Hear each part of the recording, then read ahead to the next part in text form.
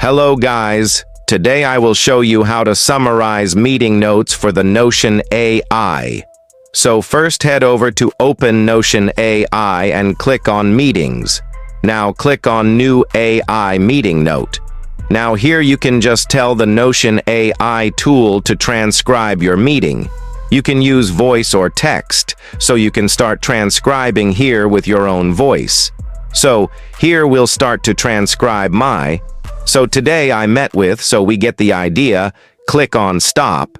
So here the Notion AI tool has just detected my voice and prescribed it to emitting load using AI.